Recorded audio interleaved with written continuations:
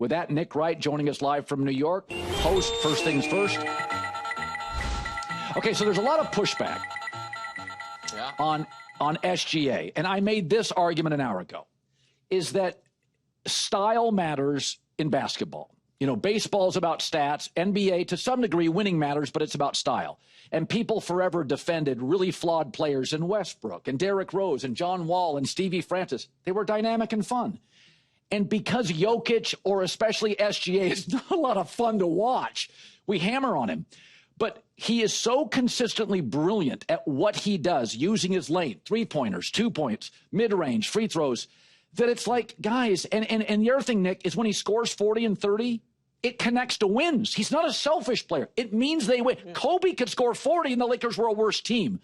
Are you in this sort of this kind of tunnel of criticism? I have not heard enough to know. I just see a pro, a refined pro. That's what I see. Well, first of all, you break my heart. You go to Chicago, ride the train, don't have time to listen to my takes anymore. You have no idea where I stand on SGA. It's unbelievable. It's well established. But, so let me listen. I think both can be true, Colin. And I think he was the rightful MVP. I don't have a vote, but if I did, I would have given it to him. He won the MVP by a decent margin over a player a lot of people believe is one of the 15 greatest players ever, still in his prime. He almost won the MVP last year. He is getting the idea that SGA is not appreciated, I don't think is accurate. That can be true, while this can also be true. The falling on the ground like you were shot is unappealing. And I think that it is consistent throughout recent NBA history that the guys who we feel like not just sell contact, but invent fake contact to get a call, we recoil from that a bit. I think SGA is a brilliant player. I think SGA is clearly going to not only win his first championship this year, but win a finals MVP this year. Last night, 49 and 10. That type of performance to, in my opinion, get over the last hurdle the Thunder really have to winning a championship was an all-time night. I can believe all of that while also believing he would be a slightly more popular player if he didn't 3 times a game fall over without anyone touching him, and another 2 or 3 times a game do the Harden hook a guy's arm and create the contact that way. It can be, and this is the last point I'll make on it, you don't get everything in life. And one of the things that SGA gets that other guys don't is some of these calls. So one of the things he sacrifices to get that might be universal approval rating, such is life. Like, people make their choices. He is a brilliant, brilliant player, and that team's going to win the championship. I want to talk Ant for a second. I believe artists, most artists at their core, want to be heard and seen. You could be a painter, you could be a basketball player, you could be a talk show host. And that we're all selfish to some degree. But now we live in this world of collaboration and sharing and all getting along. And it's my knock on Jason Tatum. Stop being collaborative. Take the game over. And Ant last night's like, well, I didn't get a lot of shots. I don't want to hear that. You can't have 1 shot in the first quarter. Like, be selfish. Michael was selfish.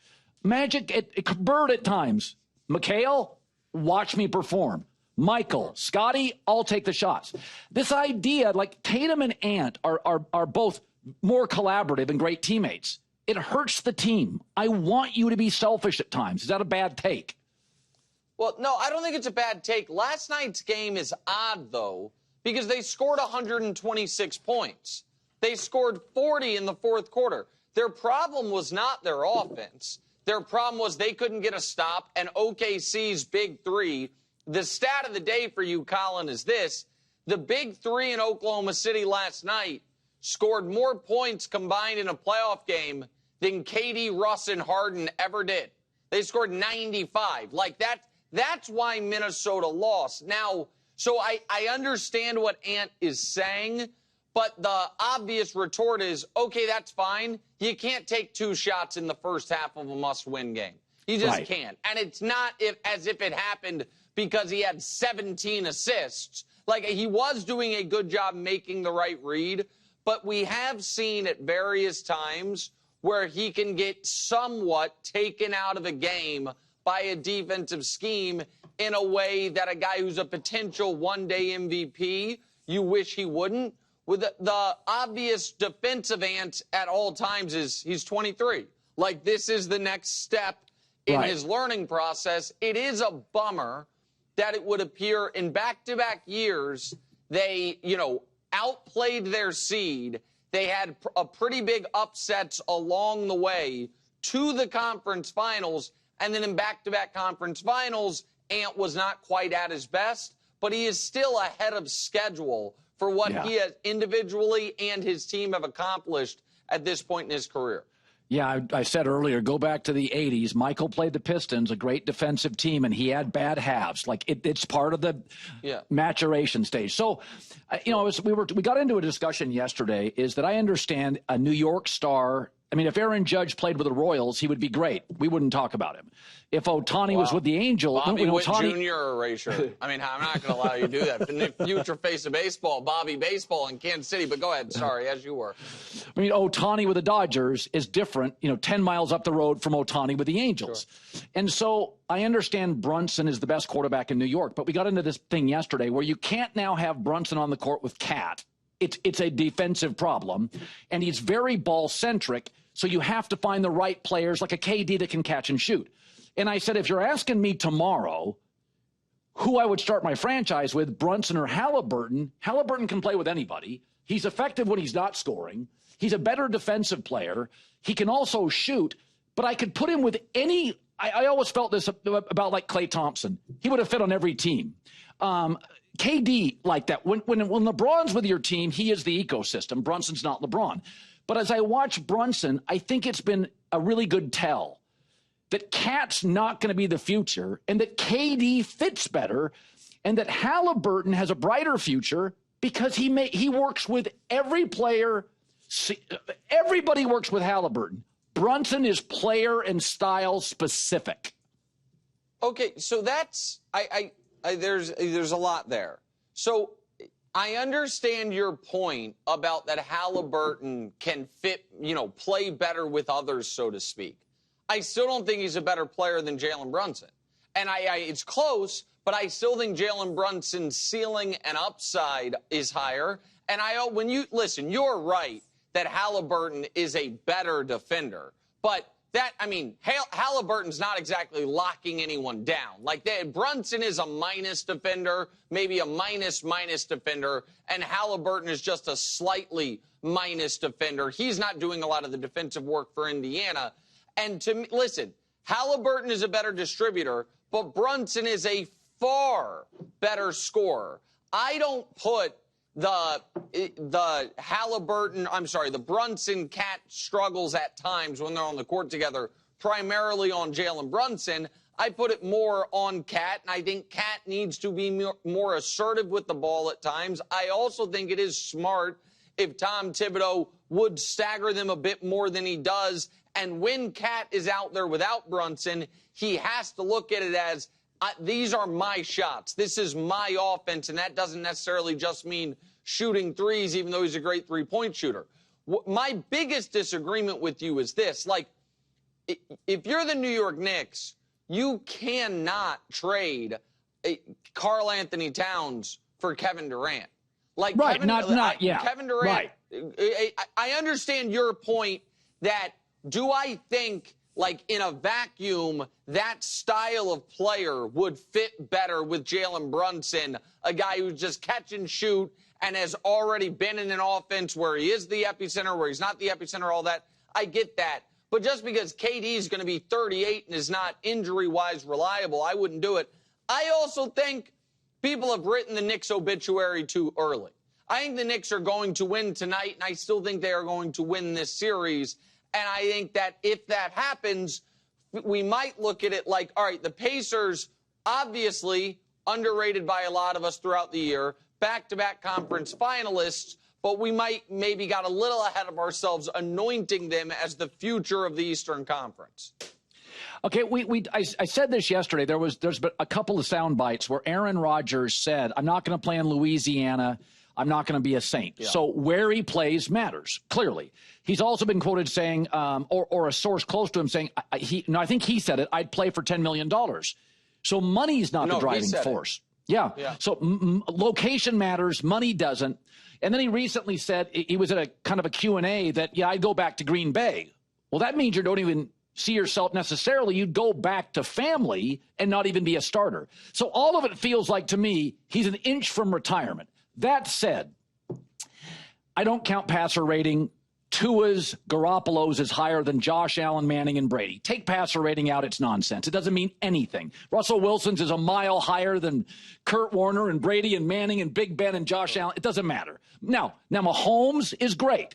It can matter, but it's not a defining trait. And I said, if Aaron retired today, he is my Dan Marino. What do I do?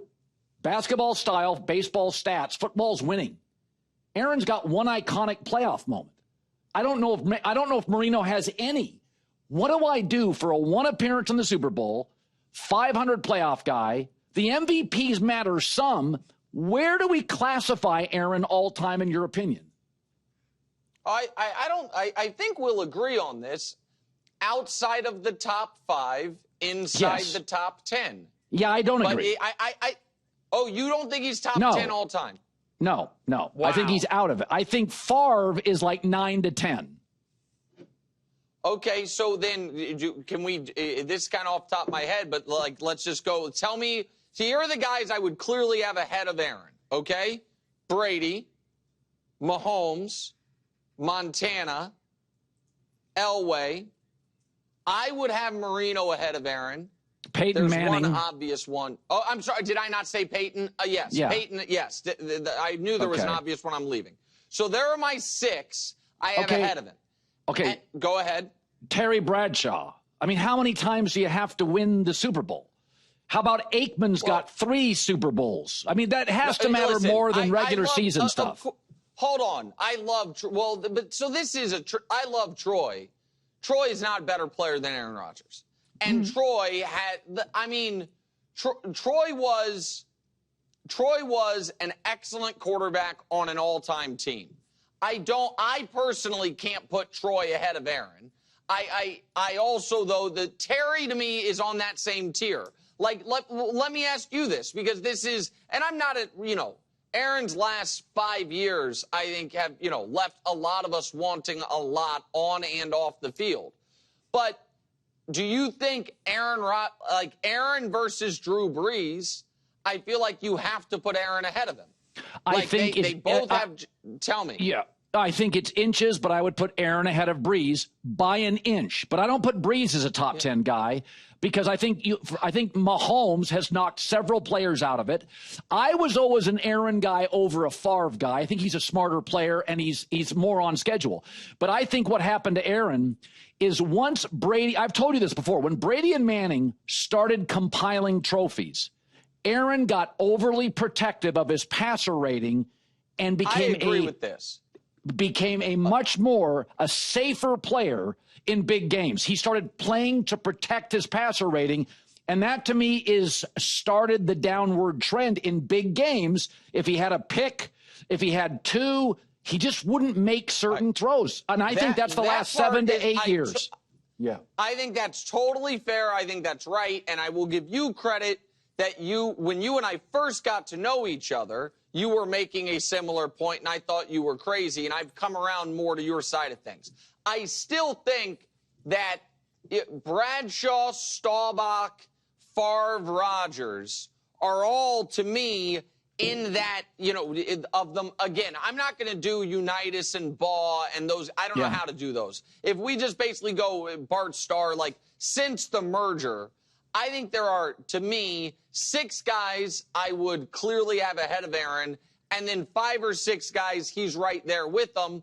And the Marino part is tricky because you're right, he's got none of the winning, but the flip side to that is literally every person that covered the league in the 80s or played they all swear a blood oath that he's one of the greatest players anyone's ever seen. And so I feel like there is some of that same almost mythological aspect to Aaron, which is guys who played with him and against him talk about his talent in such an amazing way. I also would ask this before we move on. Would he firmly be looked at as top 10, or even if it's 10th, if he had simply retired after his last year in Green Bay? No. Is it everything that's happened the last couple of years, has that hurt him? I don't know. You say no. Okay. No, because I watched Michael Jordan play for the Wizards. I went to one of those games, maybe two, and it doesn't matter. And I think, I mean, Unitas ended up, I swear, on the West Coast. I don't think it matters. Yeah. I think we take, I mean, I've said this before. Marlon Brando had like 6 legendary movies and 8 bombs. Tom Cruise was in Vanilla Sky and Rock of Ages. We look at your greatest work. I mean, Tom Cruise couldn't figure out he was just an action star until 6 years ago when he finally figured out this is what people like. Shots I run. No, I love Tom Cruise, But I mean, when he finally came to terms with the more I run, the more people love me, the more stuff I do stunts, the more they love me. And he was always a good actor, but it was like it takes time to define what you are as an artist. And when he did, he was great. And I think I look at Aaron and Marino and I'm like, what are the moments? They don't have a lot of them. Fair. That part's fair. Also, last point on this, I'm glad, good for you that you were able to watch those Jordan games with the Wizards, because the NBA's burned the film of it, so nobody else can watch them. That was like Wilt's 100-point game. You had to be there in the stadium that moment if you want to see anything about it. By the way, one more question. The Caitlin Clark stuff is amazing. I was talking to Danny Parkins about this, and there's all sorts of things that people are getting worked up over. But here is the one thing beyond that. Merchandise sales went up 500%. The valuation of the team, an awful team that had the #1 pick, went from $90 million to $340 million. I think her only comp is Tiger Woods. I don't even think Michael and LeBron match this. This is a sport we didn't watch, and now I find myself, I was hanging out with family this weekend, and a bunch of the college kids were there, and they're like, oh, if Caitlin Clark's on, that's what the frat's watching. Over everything. I don't even know. I mean, I think we're underselling her impact. What say you? Well, listen, I mean, I guess it, depending on who you're talking to, if it's undersold, I think you're right that it is. Tiger Woods is the best comp in that it took a sport that was incredibly popular amongst a small segment of the population, and one person made it seemingly mainstream. And this is where I would encourage people who are big-time pre-Caitlin Clark WNBA fans or women's basketball fans to embrace this rather than push back against it. Do you know who the biggest beneficiaries of Tiger Woods were? Other golfers. Right. Ronnie Els and Sergio Garcia and Phil Mickelson and David Duval and these folks who became bigger celebrities and wealthier and more popular because there were more people coming to the party. I think, one of the biggest winners from Caitlin Clark is going to be A'ja Wilson, who is still the best player in the sport. I think Paige Beckers, who it could be a real rivalry with Caitlin Clark over the next decade, she's a winner from this. I know people have tried to force, and understandably so, Caitlin versus Angel. The problem is, right now, Angel is a very good defensive player and good rebounder. She is not a great player yet, and so Caitlin's real rivalry is going to be with the other great players. But it's going to be so good for everyone associated with the sport. And so it's going to be great for the defending champion, New York Liberty. And so there are a lot of complicated things surrounding the WNBA. This one is not one of them. Having a supernova celebrity be awesome at your sport and bringing more people to the party is good for everyone in the sport. Yeah, no, it's interesting. I remember Marco Mira was one of the first golfers that really befriended Tiger. And he's like, guys, this is really good. And it took Marco Mira, a veteran, smart guy, to say, like, hey, guys, stop the pushback. I'm waiting for the WNBA star in the league to come out and just say, guys, Ladies, what are we doing here? And it may take that because I think I can remember being a sportscaster and get complaints all the time. All you guys talk is Tiger. And I'm like, have you watched him? Do you see what's happening? He's like incredible. So I do think what could really be helpful for Caitlin is getting some peer and like an Asian Wilson level player. There's like 5 or 6 in the league that just say, guys, we're crazy here. We're all flying private now. Well, and I think, listen, because Caitlin came out with some kind of off-the-court social commentary, I think after last year, that I think really, in a positive way, struck a chord with some of the veterans in the league. And I know A'ja Wilson did come out and say how much that mattered. I think it's tricky when yes, it is a rising tide aspect, but then it is also but you're not yet better than me, and you're young. And so, I understand the competitive rivalries pieces of it, but it is great for the sport, and it's great for sports fans. As I learned just from being at Indy this past week, the more cool events we have that are well-produced, that are championship level, that millions of people are into, the better it is for everyone. It's just more fun, and so I think it's all positive. Nick Wright, first things first. Good seeing you, buddy. See you, Colin.